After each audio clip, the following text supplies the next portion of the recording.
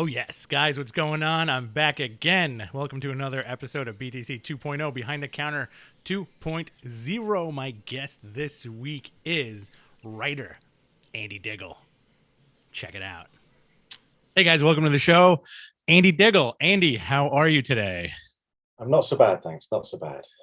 Not so bad is good. That's a step up from bad. British understatement, yes. Actually, I'm slightly hot and flustered because I've been running around doing DIY in the hot sun all day. So if I seem slightly red-faced and out of breath, that's why. Were you doing yard work? No, I wish. No, I'm putting shelves in our boiler cupboard, so it's not terribly glamorous. But hey, that's the rock and roll lifestyle of comic professionals. That's what you have to do sometimes, right? Well, I appreciate you doing the show, taking the time out of your busy day, especially a hot day like today. You know, I'm in New York and we're also going through a heat wave, but I've just been inside the air conditioning all day, so I'm not miserable. Where do we start? I mean, I've wanted to talk to you for quite some time. I'm a big fan of your work, and it's such a massive bibliography of work that you've done. Can we jump into what you're working on currently or what you have coming out? And I'll kind of go backwards from there. Yeah, well, I've been kind of sort of downsizing on my comics output just lately. I used to be, it's been my main source of income for like sort of 20 years or so. And just lately, I've been sort of feeling like trying to sort of stretch my muscles in other ways a little bit. So I'm actually writing a novel at the moment, a sprawling, grimdark fantasy novel. Inspired by some of my favorite writers and just a lot of mad ideas that I've had, which were originally going to be lots of different stories, but ended up turning into one big story. So it's a lot. I'm not a fan of fantasy trilogies, and I was hoping I could get it all fitted into one novel, but it's a lot, and I don't know if it's going to fit into one book. But I'm not going to. It's the sort of thing I'm not talking about too much in public. I'm not approaching publishers or editors or pitching anything to anybody. I'm just kind of doing it for myself, because it's the first time I've ever tried to write a novel. So I'll kind of, wait until I've got it in sort of reasonably decent condition before I start showing around to anybody. I'm sold already, by the way. I'm totally sold already. I want to read whatever you're putting out. Do you find that process more daunting or more exhilarating? Because like a novel it's a novel, Yeah. Yeah, no, it's both. It's daunting and exhilarating. When it's working, when I get like a flow state with it, it's like you're flying. I love it because I can see the whole thing so clearly, like all the characters, and like the whole thing's mapped out in my head. But usually I do a detailed outline for a comic where I know exactly what's going to happen, because comics are so structured. You have to, like panel everything out. But with this one, there's a danger. I think because I'm like trying to move to prose and I'm not very experienced with it. I'm worried that if I write down a detailed outline first, then it will feel too set in stone, and then the actual writing will feel like just busy work, and it will be tedious. So I'm kind of keeping it alive in my head as I go along. But it feels like a movie, or actually feels like a whole like epic series that I've seen already. So writing it when it works almost feels like describing something I've already seen. But when it's not working, it's like rolling a boulder up a hill. But I think that's a product of my insecurity. I'm kind of like, oh no, I'm such a terrible writer. I don't know what I'm doing. I'm a faker. Everybody gets imposter syndrome, but I get it really bad. Yeah, that's interesting. I think like, so when you achieve that flow state, does the book almost write itself? Yeah, there have been bits. I mean, it's kind of like you just completely lose track of time. You just kind of in the scene, and it's a great feeling. I love that. But then I'm always surprised at how little I seem to have written. I might spend like last September, like almost a year ago now, I was really in the zone with it, and it was going really well. I've kind of obviously had to sort of jump out and do other things in between. But yeah, it kind of like it. There was one point I spent like sort of 7 hours just writing, and I was quite really pleased with the way it came out. But when I then kind of looked at the day's work and how many words was that? It wasn't as much as I would have thought it would be. It was kind of, oh, okay. It's like, it was a couple of pages, really? Okay. Yeah, somebody once described writing a novel as like trying to fill a swimming pool with a teacup, and it kind of feels that way sometimes. Oh, I've never heard that. That's fascinating. It's a lot. Yeah, at least kind of comics are like nice little bite-sized chunks. And let's face it, the artist does 9/10 of the work. Right. Us writers have got it easy in comics. Yeah. But I am enjoying it, and I think I just needed to stretch, like I said, stretch my creative muscles a little bit. So there's a bit of insecurity involved, but I think that's a good thing, because otherwise you get complacent if you just do the thing you're comfortable with all the time. Right. And also, once that first one is done and out and edited and all that good stuff, you may turn around and say, you know what, I'm going to do another one, and then another one. Probably should have started with something really simple, like a short little high concept thriller, rather than the big sprawling like New World things. But yeah, so I may have bitten off more than I can chew, but we'll see. That's the best part of creativity, though. Didn't Tolkien's original Lord of the Rings trilogy, wasn't it just one volume also that got split into 3 books? Possibly so. I don't know. I mean, that was meant to be The Hobbit 2, wasn't it? Like, publishers kind of like, dude, like, where's Hobbit 2? And it's kind of like, yeah, it's kind of going off of some tangents, guys. Yeah. Right. Check this out. I'm glad he went off of those tangents, though, because it's pretty great. I do want to say it was published originally as one complete thing, and then it got split into 3 more, I guess, palpable, because you put those together, it's huge, and I think you have like the 3 palpable, like easily digestible stories after that. I've always wanted to read Lord of the Rings. I mean, I read it when I was like 15, and I must admit, I found the last 2 books like harder work than the first one, but I haven't read it since, and a lot of it is quite stodgy. But I would quite like to read it, to reread it, like jumping chapters so you can read it chronologically, rather than like follow one storyline and then jump back in time and follow the other. I think that might make it flow a bit better. Yeah, I think that's Tolkien didn't know what he was doing. I'm just saying I'm an impatient reader, and it would give me a bit of narrative flow that way. Well, I know exactly what you're saying. I think I did the same thing. Like, I read it when I was a kid, and I actually started rereading it last year. I got like over winter, like my wife and I got into like a big like Lord of the Rings kick. So, we're watching the movies. I was like, I'm going to start that book again. And now I'm going to curse. I know you asked me if you can curse, but reading Fellowship, I'm like, they're on fucking page 90 and they're still in the Shire. In the movie, 9 minutes. That's it. Boom. We're off on the adventure. Like, audiences. It still has like 17 endings though. But yeah, I saw a really funny video on YouTube yesterday, which was Fellowship of the Ring as a D&D game. Interesting. Which was really funny. It was just kind of like, all of the cliches of role playing as kind of, but like as if all of the Fellowship were actually, characters being role played by a bunch of friends around the table. It was pretty funny. I gotta check that out. I'll look it up. That sounds funny. So what are some of the writing influences for this particular project? Who are you saying? This is a weird mix. It's not in terms of writing style. I'm sort of trying to find my own voice for it. I'm a fan of N.K. Jemisin and Joe Abercrombie. Awesome. James S.A. Corey, which is actually 2 guys under a pen name. I'm a huge fan of William Gibson. That happened since I was a teenager. So yeah, like mostly, but yeah, and Stephen King, weirdly, I mean, obviously he's like, I guess not weirdly, because he's, obviously like hugely popular, and there's a little bit of Cormac McCarthy kind of sneaks in there. Interesting. I was trying to like make it like slip down nice and neat, make it an easy read, like Stephen King style, But then sometimes with one character in particular, like, because I've got different POV characters, this kind of slightly archaic tone kind of creeps into the narration. I'm kind of like, okay, it's like, I don't know where that's coming from, but yeah, a little bit of Blood Meridian seems to be getting in there.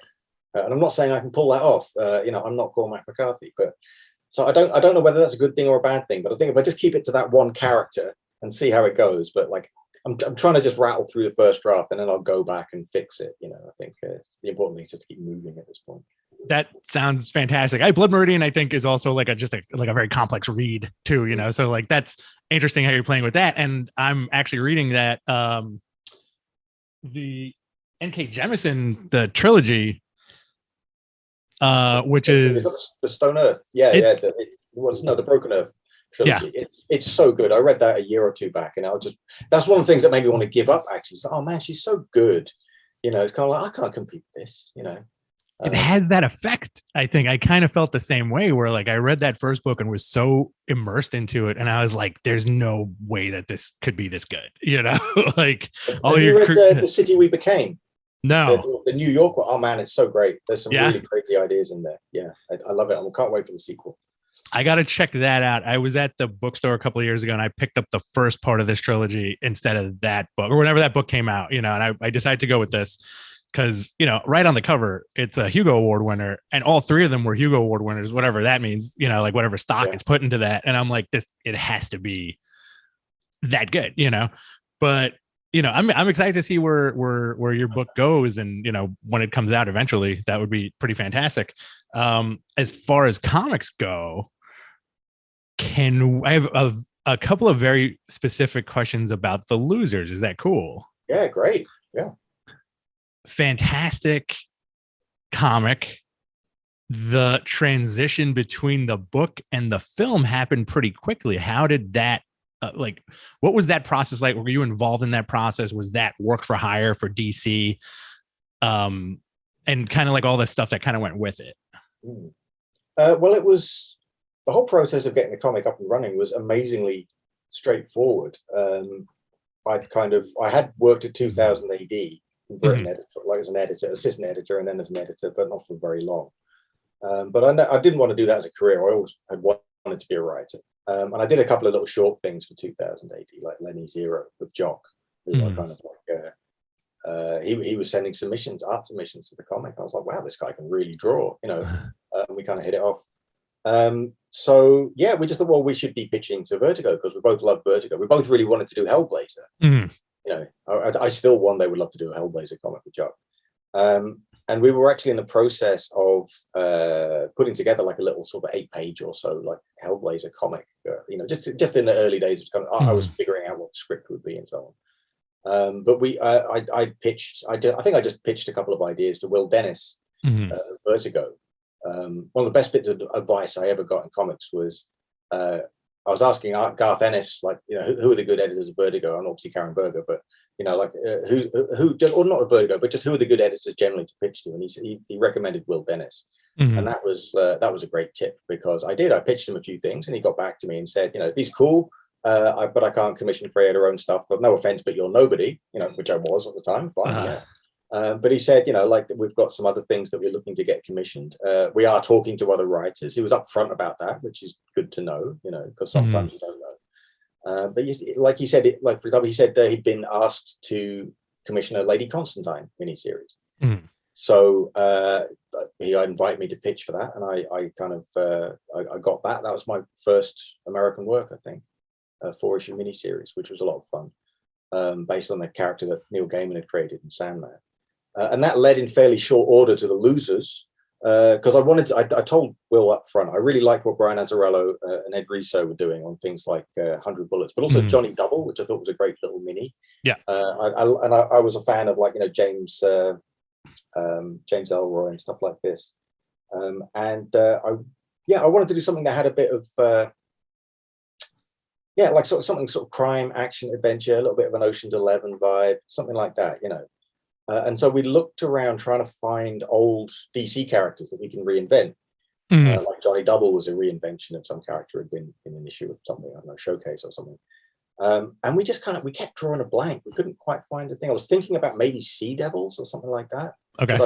I still really like the idea of kind of like an action series about like salvage guys. But then one day he rang me up and said, have you ever heard of a comic called The Losers? And I was like, well, actually, no, I've literally never heard of it, but it's a great title. I love the title. I love stories about underdogs, and with all, just it instantly suggests they've got all of the forces ranged against them kind of thing, and it's like, yeah, perfect. So obviously I did my homework. I looked up what the original comic was, and it went through I pitched lots of different iterations. Originally, it was going to be the original World War II losers who were supposed to have died at the end of World War II. And I came up with a whole thing about missing Nazi gold and the Manhattan Project and, German rocket scientists in America in the 50s, which I still think would have been a lot of fun. But it felt like there were some other comics out at the time that were doing similar kinds of stuff. I think there was like American Century, and Garth was doing war stories, and it kind of felt like it's too close. So Will just said, well, why don't you just keep the title, throw everything else away, and get something new. So that's kind of how it started. I think originally it was more focused on the history of the CIA in South America. Their backstory was originally was more to do with that, and then I think it was Karen who suggested having the backstory more connected to the Middle East and so on. but yeah, but like Hollywood, I think because, obviously it's very, you can see that there's a love of movies in there, I've always described it as sort of my love letter to Shane Black movies, which I've been a fan of since, I was a teenager. Interesting. Yeah, you want that kind of, you want the good action, but you also want it to be sort of funny and snappy and twisty turny and, cool. Yeah, and just kind of entertain. I wanted to, yeah, me and Jock were very conscious that we wanted it to be a comic that you give to people who don't read comics and they would get it. Like it's not impenetrable continuity and weird. It's just kind of like, oh, okay, I get it. It's an action movie on paper. Yeah. But hopefully with a brain as well. So I think for that reason, Hollywood kind of like, sort of it pinged on their radar almost immediately because they could look at that. These development executives would look at it and go, oh no, I know what this is. I can see this. And so, yeah, so like, early on, there was kind of lots of noises about like, people showing interest, but I'd kind of learned by that point to be fairly, not pessimistic, but I'm kind of like, show me the money sort of thing, Right. Because Hollywood's all about, yeah, we love your work. We want to be in the U business, but it's kind of like, okay, show me the money. Yeah. But and I think it that rumbled on for a few years to the point where I was kind of like, okay, well, this is never going to happen, So I ended up signing like an exclusive deal with Marvel for a bit. And just after I'd signed that exclusive deal with Marvel, that's when The Losers got greenlit. So, oh, okay, damn it. I'm an idiot. I should have stuck around at DC so I could, do more Losers stuff, frankly. Would have been cool, do a spin-off or something. But in terms of the actual production, we weren't officially involved. It was work for hire. Okay. We didn't own the rights or anything like that. To his credit, Paul Levitz offered us character equity. It was originally commissioned as straight up flat work for hire. But he kind of looked at it and said, well, you know what, you've invented these characters from scratch. So yeah, you should have character equity. And that was really decent of him because he didn't have to do that. Yeah. Especially because, we had no track record at all. We're kind of fresh off the boat. So yeah, thank you, Paul. Yeah, and then, but like we didn't have, it's not like we were involved in the development process or anything. There were like different producers and directors. There was like Peter Berg was interested and Joel Silver was interested and Akiva Goldsman was interested, and they were all kind of competing for it. So they ended up, originally it was going to be Warner Brothers, and that would have been a much bigger budget movie. Like they were talking about, like, yeah, me and Jock would have made a lot of money had that production gone ahead under that deal under which it was initially optioned. But in the end, it ended up being like, we'll get a percentage of the profits, and the profits were zero. So it was like, great, okay. So, hey, Hollywood, welcome to Hollywood, kid. But like Peter, we met Peter Berg. Originally, he was interested in directing it. We met him in London, and we went out for a curry and a beer, and that was he's a real character. I love that guy. Yeah, he knows what he's doing. And we met with Jamie Vanderbilt, the screenwriter. I think Pete did the first draft, and then Jamie kind of like sort of vamped it up a bit. Yeah. Jamie's a really, really lovely guy, and he really knows what he's doing. He knows his way around the script. And there's lots of little bits in the screenplay he did where it really felt like my characters, and he was just giving them new lines, but it was them. I was like, yeah, no, that's how you write Jensen. It was great, So I was, and like, me and Jock, we got to visit the set when they were filming. It was only literally the last 2 days of filming or so in Puerto Rico. But it was amazing because when we walked onto set, they were all in costume. Yeah. As the characters that we'd made up. And the look on Jock's face was incredible because he was like, oh my God, this like they've stepped out of my pages kind of thing, And when the first person we chatted with was Zoe Saldana, who was like literally dressed as Aisha at the time. And she kind of turned around and went, hey, Jensen, get over here. And Chris Evans walked over again with, like with the glasses and the little soul patch. And she didn't call him Chris, she called him Jensen. The character name. And again, me and Jock were just kind of like goggling, and it was great. They were incredibly, friendly and like went out of their way to make us feel, because we were slightly overwhelmed and starstruck, and they went out of their way to make us feel kind of, welcome. So yeah, no, that was great. And ultimately we couldn't even get to go to the Hollywood premiere because there was this Icelandic volcano had blown up and all of the ash clouds. Oh yeah, wow, yeah. All the flights got grounded, so we couldn't go to our own premiere. We bought tuxes and everything. It's like, oh man. Yeah. So it's one of those things. But I got to hang out with Idris Elba at like the press screening in London, so that was good. That must have been an indescribable feeling to just kind of see all this stuff in front of you. That was, your work and your collaboration, and also like I was thinking about this today before we got on this call. That's a fascinating movie because it's a comic book flick that is before what we have now, like where we're severely inundated with this stuff.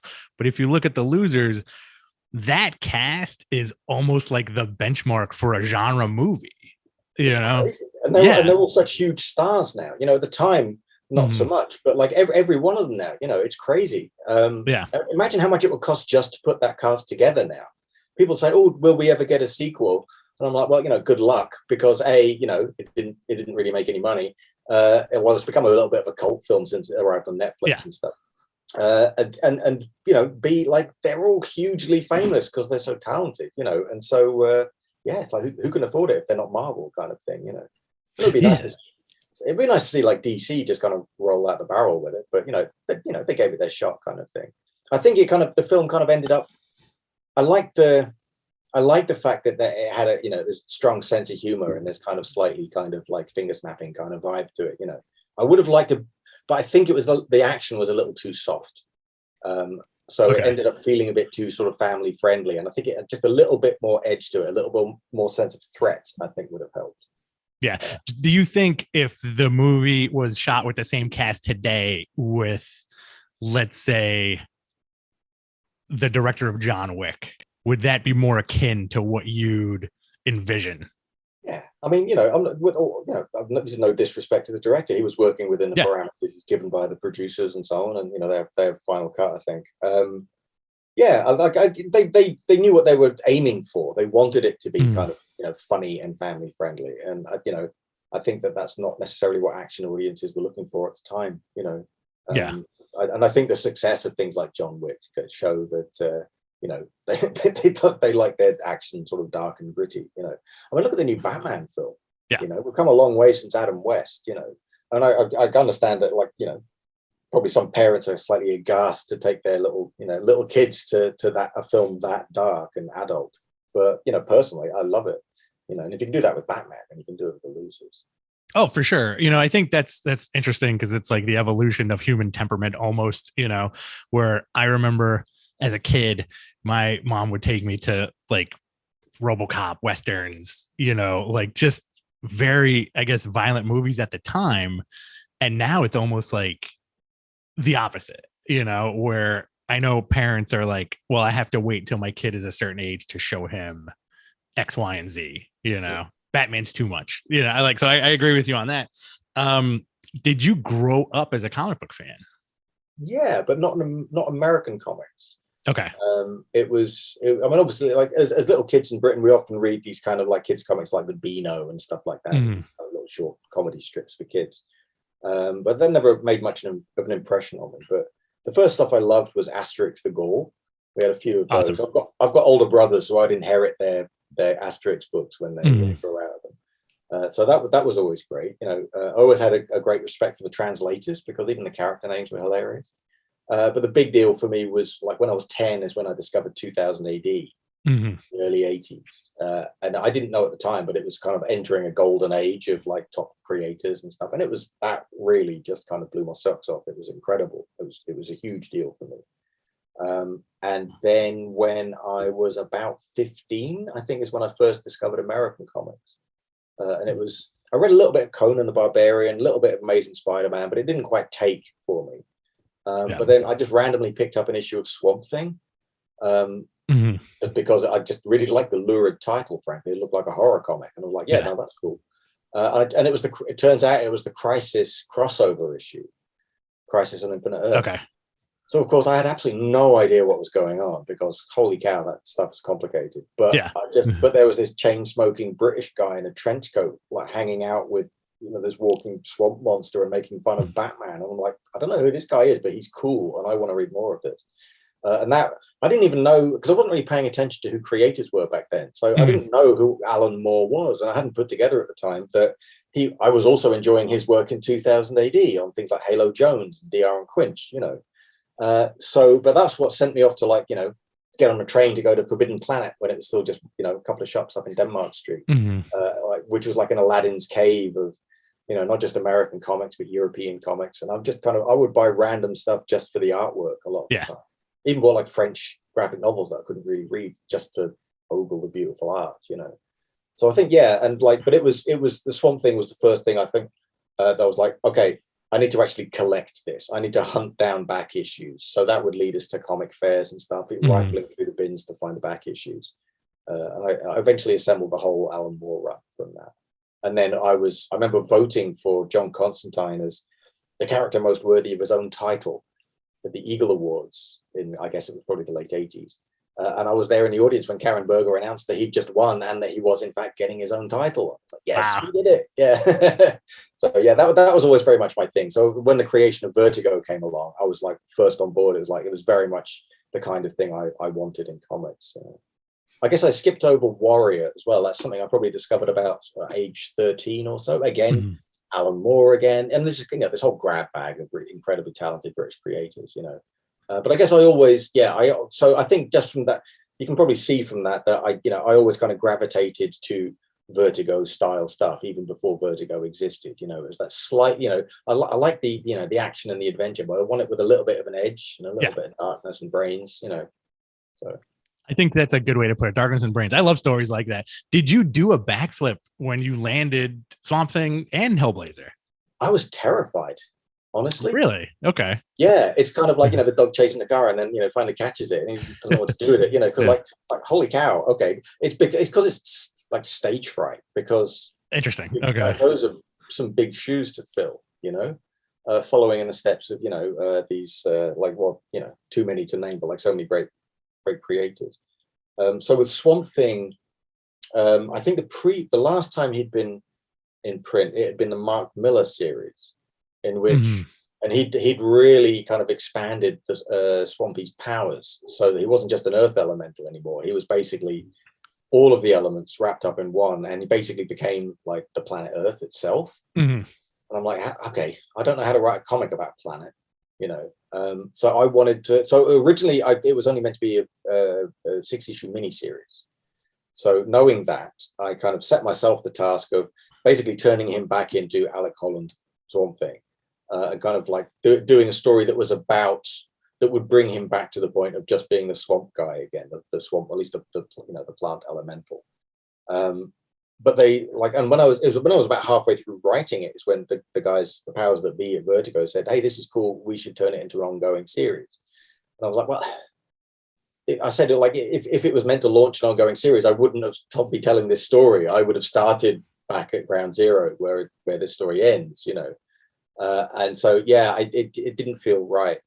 Plus I've never been very comfortable doing ongoing stuff. I like, it's because I've got the attention span of a toddler, so I like to kind of keep things sort of self-contained. But then with Hellblazer, that was something I had always wanted to do, and that feels like one of the characters that I kind of like. I know because I'm from South London myself, and I know he's from Liverpool, but NAF South London accent, all that kind of thing. I felt like I know this environment. I know how he talks. I know how he thinks. Yeah. And I love horror stories. And it just that's one of the times I did feel very comfortable with what I was doing. I think Swamp Thing was probably scarier because it had been such a big deal for me, kind of leading into comics in the first place, into American comics anyway. But with Hellblazer, I did feel pretty comfortable. Although, I still couldn't get to do all the stuff I want to do, but because like I was saying about I like a bit of darkness. There was some stuff I wanted to do. They were kind of like, yeah, no, you can't do that. That's just too dark or too sacrilegious or whatever. That's awesome. I do remember reading that Swamp Thing run and really loving it, and I was recommending that to people. And also like the Hellblazer stuff too. Hellblazer is an interesting character. I can imagine being on the other side writing it, because it's one of those characters I feel like you can kind of do anything with as long as it maintains that tone. No, I agree with you about the tone. I think sometimes I get the feeling that DC doesn't quite know what to do with Constantine, sort of turning him into a sort of cartoon Doctor Strange type guy. It's kind of like, really? I don't know. I preferred it when it was a little bit more low rent and, ambiguous, look back to the Alan Moore run, it's not like you see John Constantine casting magic spells, Right.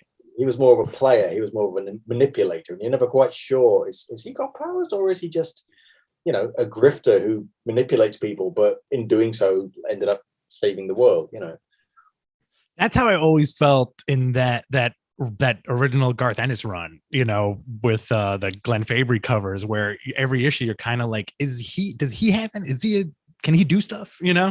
How do you feel about the DC Black Label imprint, which is, I guess, is kind of like the new version of Vertigo? Yeah, I mean, you can see that over the past 20 years, like every company, DC, but like every company is kind of like more and more focused on branding and so on. So they don't want the scattershot, letting everybody try and create new things. They just like, let's focus on the stuff that our fans really love. And so I think for that reason, like Black Label, obviously, you're gonna have a lot of Batman and so on, because Batman's cool. Everybody loves Batman. Yeah. So yeah, and I think it's appropriate to partition things off slightly, so that readers and parents know, okay, well, this is for kids, this is not for kids. Because a lot of people who don't really know much about comics assume that, hey, it's all for kids, or none of it is, or whatever. Right. So I mean, I've actually got some like a Batman story that I haven't even pitched it properly yet, but just kind of like early conversations. But I kind of like, I don't like to pitch something unless I feel like I've got a really good angle on it, and I can have an approach that I haven't seen done before. I don't want to be just a regular guy who's just doing it every month. I mean, I couldn't do Scott Snyder's job. I mean, he's clearly has such love for the characters, right, and is just clearly just inspired and enthusiastic, and it's just this kind of force of creative energy. But because it's not in my blood in that way. Like with me, it's like I say, I like to have these kind of self-contained things. I'm like, oh, I've got an angle on this character, or I've got an angle on that character. And so I take this slightly more kind of scattershot approach, where I'll only pitch something if I feel like I've got a Punisher idea, but it would only work as a very kind of dark story, and like Punisher Max doesn't exist anymore, and it's not going to work as a regular fill-in, so it does feel like a bit of a shame that we feels like there were slightly less opportunities for doing stuff that's kind of adult in Marvel and DC these days. I mean, yes, Black Label is there, and Black Label is cool. I would like to see more characters I haven't seen before. I'd like to see new stories, new characters. Yeah, no, I agree with that 100%. I can't imagine that DC would let Neil Gaiman, pitch Sandman now if it didn't exist before. You know what I mean? And like, it's this huge seller for them because it can, it was like Karen Berger was open to it, but I can't imagine that the DC is as open to stuff like that now, and that feels like a bit of a shame.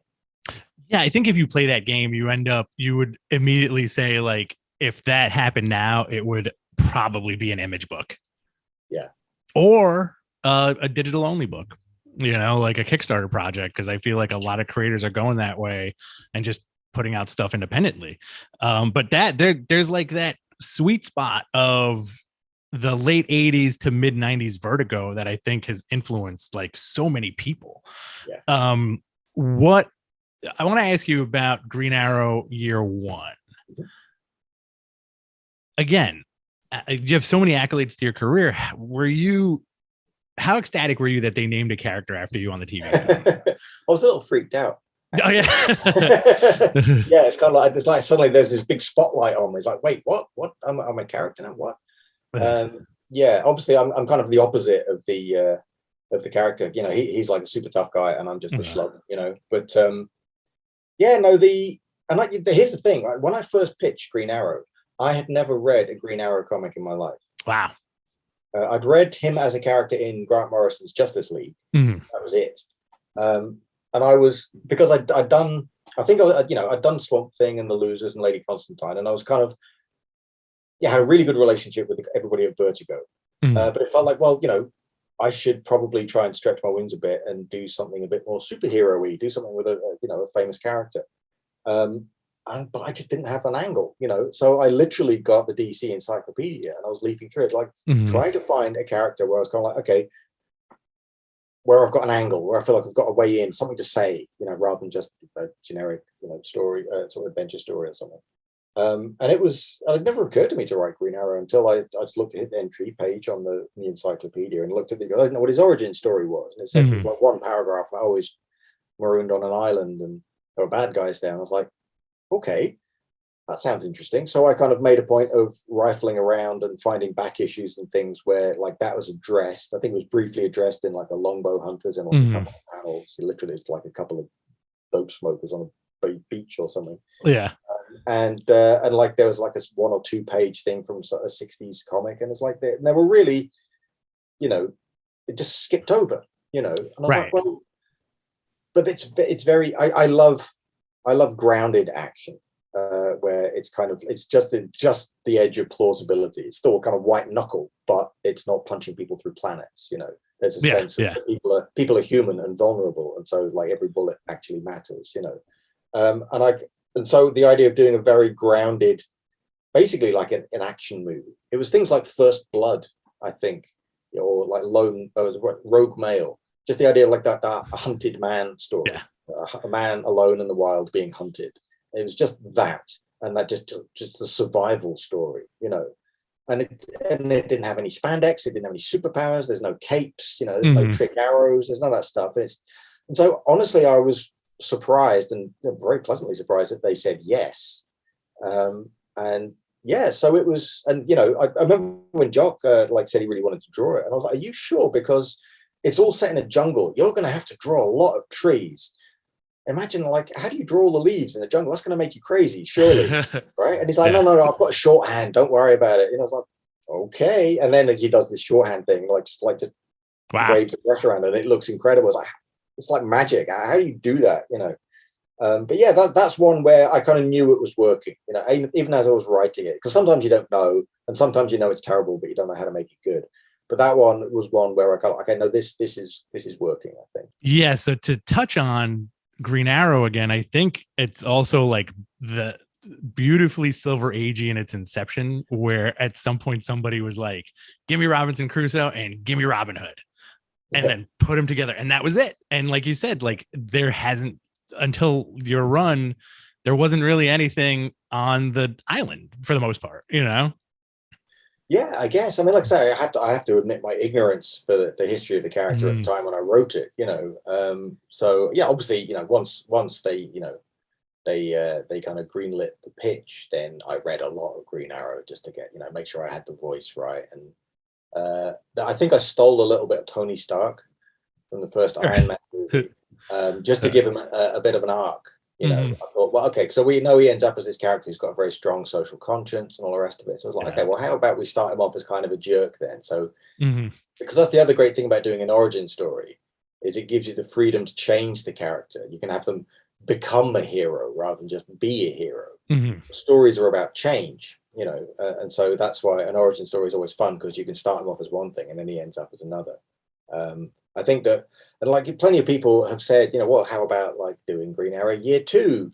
And I'm kind of like, I don't really know what to do with that, because, you know, once he's a superhero, it's kind of like, okay, I could write a perfectly decent adventure story with him, but, you know, I don't quite have an angle, you know. I'm sure one day I'll come up with one, you know, but I come up with angles for all sorts of random characters that nobody's interested in. But I think it's weird. I do seem to have more fun writing less famous characters. I mean, things like Adam Strange, when they offered me that. Yeah. Like 9 times out of 10, most of the stuff I've done is because some editor has got in touch and said, hey, do you fancy writing so-and-so? And I'll be like, okay, cool. That sounds like fun.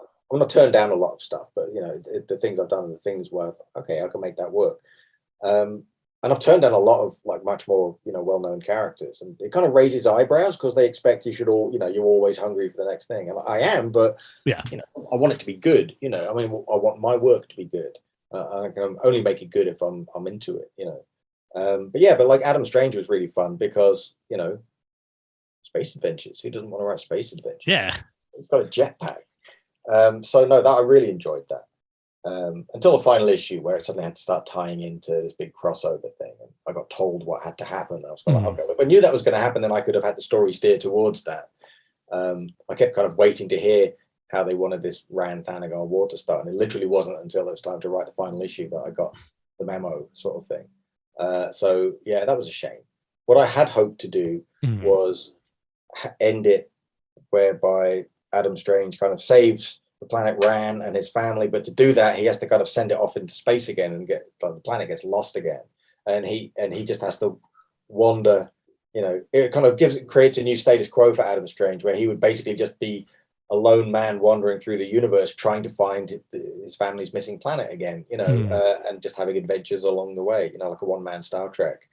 And I think that would be a lot of fun to write. I thought that would be a good basis for a new ongoing series, you know, but they were kind of like, nah. That's a weird move on their part. Because that was your run was when the costume redesign happened, right? Pascal Ferry did an amazing job. I loved working with him. He's so good, like incredibly dynamic action and really, really great, like creature design and tech design, and the characters can act. It's everything you want, like really good action choreography. And that new costume was terrific. You know, I was kind of digging up image reference, like visual reference from things like I don't know, like some anime shows that I'm blanking on the name of right now. For those sort of pilot costumes. Who the guy? It's like a mech cartoon. Gundam? Mech pilots. Was it Gundam? It wasn't Gundam, but it was that kind of thing. Neon Genesis? Yeah. So I can't remember exactly which one it was. Okay. But I was kind of just, doing Google image searches and sort of, this, just to give a sense of the kind of vibe that I had in mind. But, he's the artist. But, that work is all his, it was fun. It was fun, and I kind of like the idea. Like I say, you want to like be able to give a character an arc and have them change. So I thought, well, okay, fine.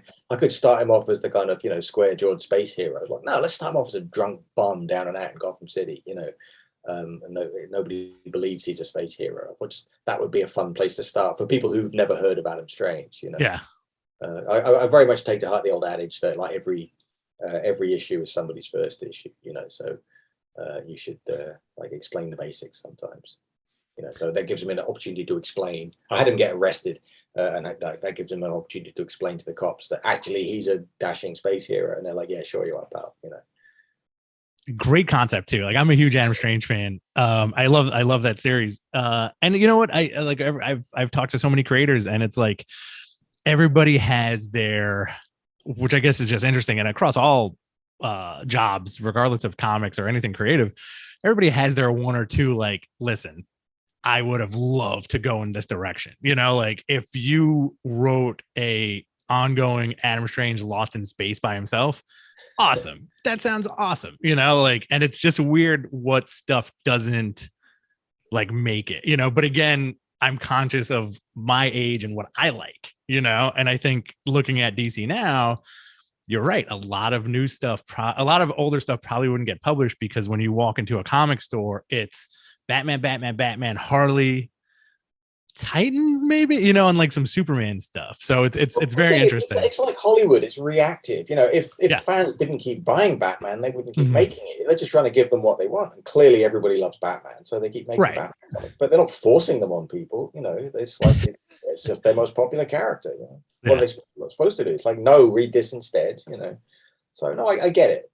I think one thing I do hear a lot from writers is this kind of, said with a weary sigh, it's always kind of like their stories get derailed by crossovers. That's one of the things that puts me off, being like a sort of a regular ongoing continuity guy, because I find the continuity just so baffling. And, I like good storytelling. I'm not saying I'm a great writer, but, you want to at least try and serve the story well. And if it's constantly being derailed by crossovers and things, or just, having random stuff happen because they want that character on the cover, right, which has happened to me before. It's kind of, why? It's just you're breaking the story, and that kind of thing does bug me a bit. But there's so many characters that I could have fun with. But like I say, most of them, most of the stuff, not all, but most of the stuff I would want to do for characters that they would probably like, yeah, nobody wants to read that, So okay, yeah, like kind of what like Grant Morrison did with New 52. Yeah. Or 52, where it was a lot of Elongated Man and Lobo and Blue Beetle and Booster Gold, like the Animal Man. Lobo would be a lot of fun to write. I could have fun, but I would be writing it like, Alan Grant, Simon Bisley stuff from the 90s. It would be just incredibly violent and rude. And I don't think that's really what DC wants at the moment. They're trying to be a bit more corporate about everything. Yeah. That would be a fun character to write.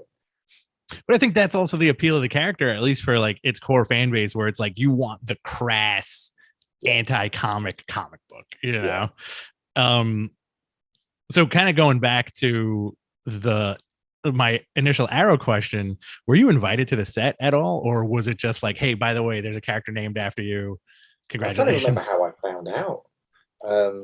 It wasn't some official thing, and I don't think anybody. I don't think I've got a terrible memory. It's possible somebody asked if that was okay, and I was like, "Yeah, I honestly can't remember." But it wasn't a big deal, that made out of it.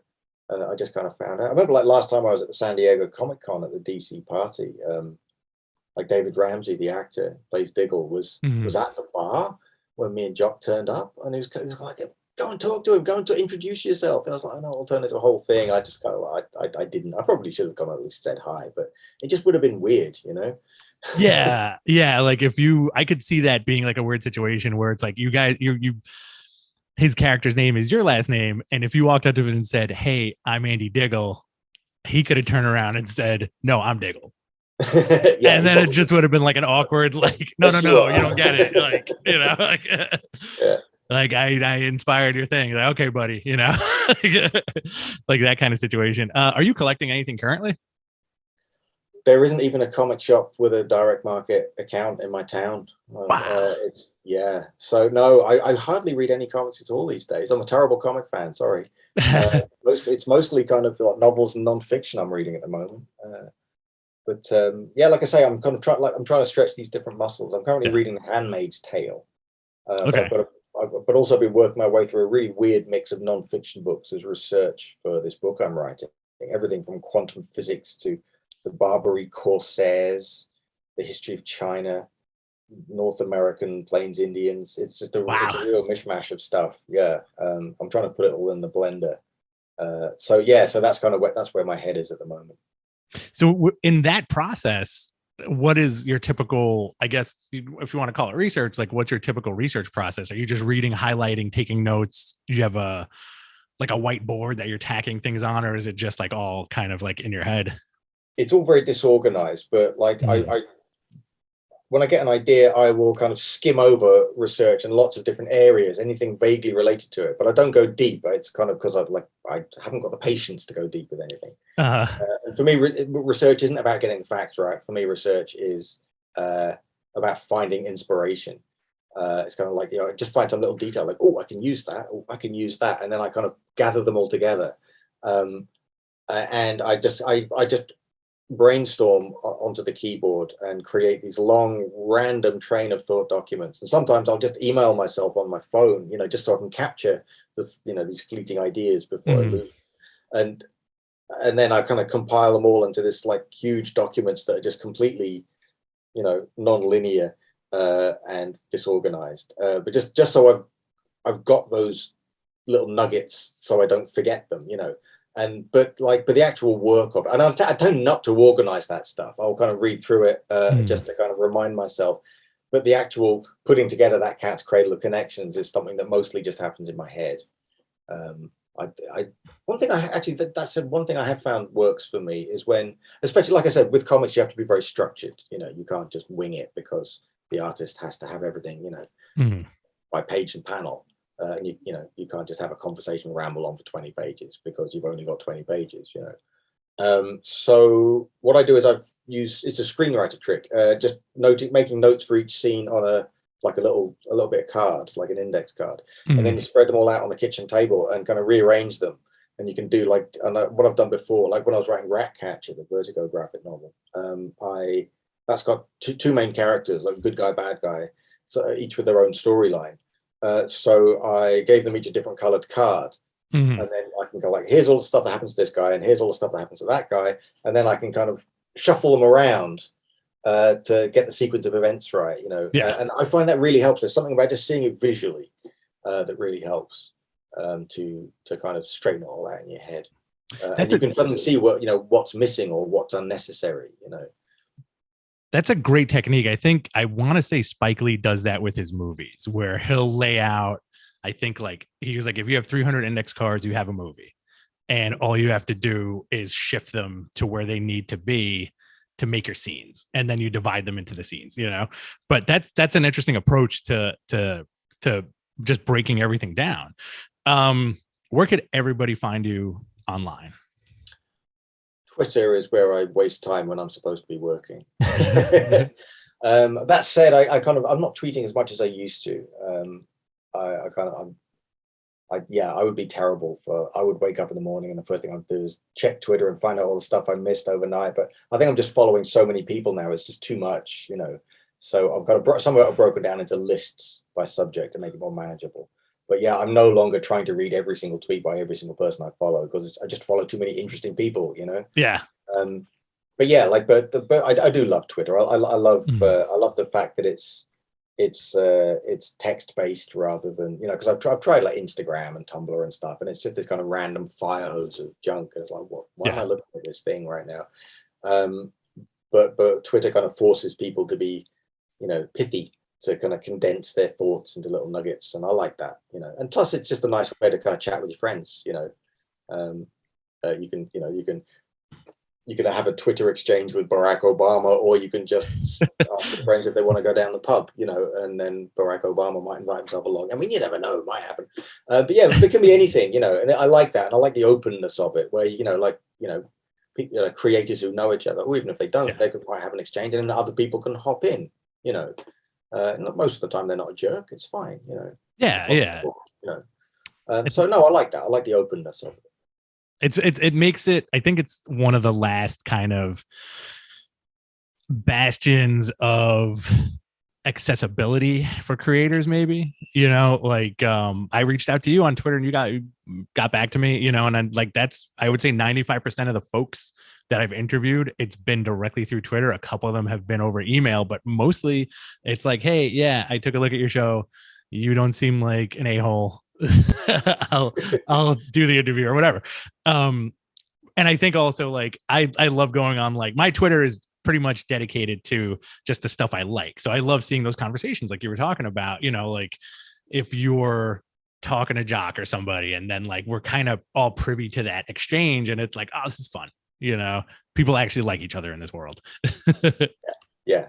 That's one of the nicest things about the comic syndrome, and it's got its downsides, and, you know, we do moan about it sometimes, but the fact is we wouldn't be in this business if we didn't love comics, you know, because you know, you need enough love to overcome all those downsides to keep doing it, you know. And one of the biggest upsides is just everybody who works in comics is just really nice. Like every professional creator you meet, they're just the kind of people you want to hang out with, you know, and share enthusiasm. It's just it's a good bunch of people. Yeah, absolutely. It's fascinating. Look out for each other. They lift each other up as well instead of, you know, cutting each other down. I like that, you know. Yeah, seeing that at conventions is always like very heartwarming, you know, when you kind of see like the positive interaction that people have with each other. I'm not saying everybody's a saint, but, you know, for the most part, yeah, like everybody's like real cool and chill with each other. They know how hard it is. What is the sandwich of your dreams, Andy Diggle? Sandwich of my dreams. Yeah. Okay, usually the sandwiches I make are just whatever is in the fridge at the time. But over the past year or two, I've discovered, how do you pronounce it? Is it sriracha sauce? Sriracha sauce, yeah. Man, because I do love a bit of spice, right? Yeah. And discovering that you can stick that stuff in your sandwiches. So yeah, I get these big joints of ham. So thick sliced ham, some smelly cheese, sriracha, I put spinach in there, a bit of sliced red pepper, a bit of ground black pepper on it. That's the sandwich of my dreams. That sounds like a good sandwich. Yeah. Fantastic. Thank you, Andy. I appreciate it. I ask it to everybody. I love hearing people. I was not I haven't seen your show, so I was not expecting that question, but I'm glad I was managed to pull out an answer. And now you're making me feel hungry, frankly. Me too. You know, I usually get hungry when I hear somebody describe their sandwiches. I'm like, fuck. What sandwich you've heard? Because I need some tips here. I'm sorry? What's the best sandwich recipe you've heard? Because I could use some tips. Oh boy. I mean, it's tough to beat like a classic hoagie, like a New York like sub, you know, or like ham salami, a lot of cheese, maybe some soppressata, shredded lettuce, tomato, oil and vinegar on like a hero. You know, I feel like that's oil and vinegar on a sandwich. I've never tried that, but I should. Really? Oil vinegar with oil vinegar and salt is like, it's a ridiculous topping that you'll never recover from. I will try it.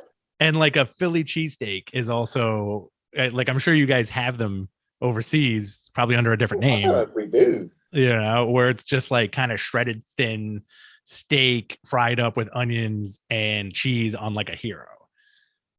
That does sound pretty good. Which is nuts, you know. Are you gonna be at New York Comic Con, or do not do conventions? I do. Not. It's not going to be. Probably not any this year though. Like basically, if somebody's flying me out, then great. Yeah. ComiXology were really great when we were doing like Prométhée, 1313, and which I should have plugged, frankly, because we got nominated for an Eisner for that. That was pretty cool. And for Cold Iron, which is our current ComiXology series, which 3 issues are out. The fourth, if it's not out, it must be imminent.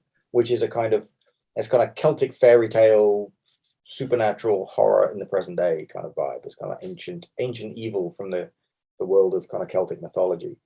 So they flew us out for those. And that's great. Like if somebody, you know, pays your airfare and put you up in a hotel, then I'm like, yes, I'm going. But if it's like, you know, spending £1,000 to go and hang out at the bar with my friends, it's kind of like, okay, well, I could do that here. Yeah. There's nothing like saving that money. You know, like buy more beer that way. Yeah, exactly. Like I do another podcast, and last year there were a couple of times where like we got our room and board paid for a couple of shows, and it was awesome. It's like, yeah, I'm gonna go and have fun. But then this year it was a little different. They were like, listen, we're not flying you guys out. You guys are we'll get you whatever, but you know, you're gonna have to spend your own dime. And I was like, listen, $1,200? No. A lot of money. Yeah. I mean, if I was kind of like, you know, had a big pile of stuff to sell, that would help recoup some of it, but I don't. So, you know, it's a lot.